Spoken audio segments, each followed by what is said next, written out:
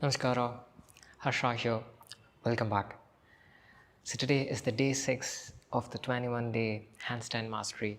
The last 5 days, I showed you the first 5 hand balancing asanas that you have to do in order to reach that perfect handstand that you've been dreaming for years together.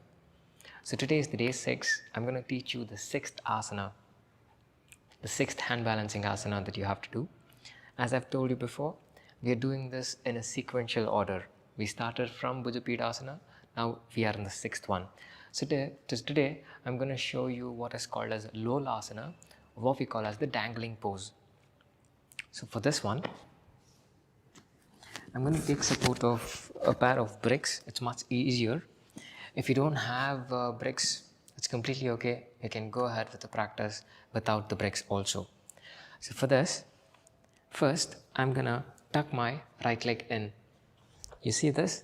I've pushed my right leg inside, but I make sure my buttocks is on the mat. Okay? Both of my buttocks are on the mat. And then the left leg, I'm gonna keep it on top of the right leg. See, this is very similar to that of Gomukhasana. Try bringing both the knees in one single line. See, right one on top of another. And once you do this, we're going to take the bricks in case if you have. If you don't, you can keep the palms on the mat itself. That's more than enough. Since I have a pair of bricks, I'm going to take a pair of bricks. And why is it that you use bricks? See, when you use bricks, the elevation becomes much easier for you. If you're someone who's doing hand balancing for the first time, or even this asana for the first time, when you use elevation in the form of bricks, see, you see this, the brick is this thick. From the floor, you get an elevation. It's much easier to lift the buttocks up.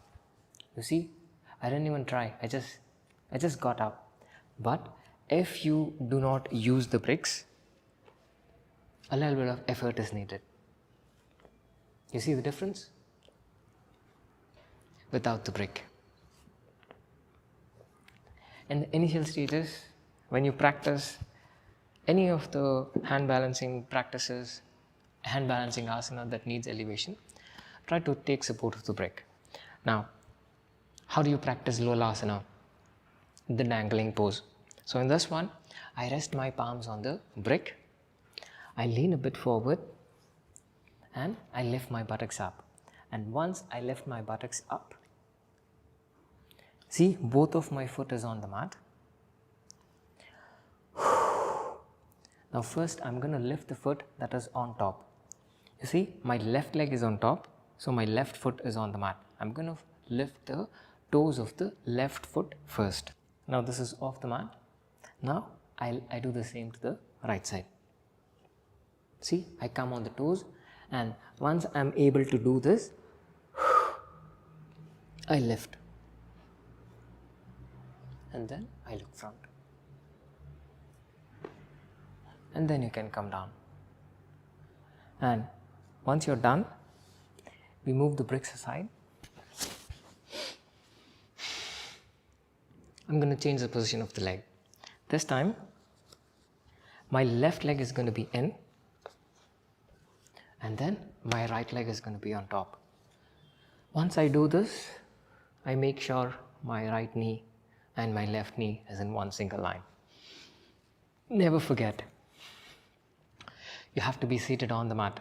The buttocks must be seated on the mat. Now, same as before, we're going to take the support of the brick. I'm going to rest the palms on the brick. Elevation becomes much easier. I lift the buttocks up.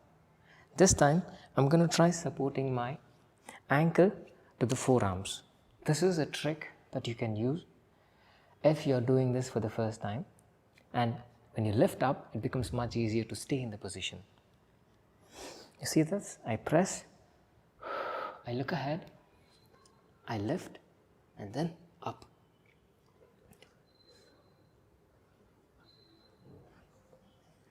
And then I come down. So this is Lolasana, what we call as the dangling pose. In the initial stages, it's kind of difficult for you to, what can I say, even lift yourself for like 3 seconds or 4 seconds.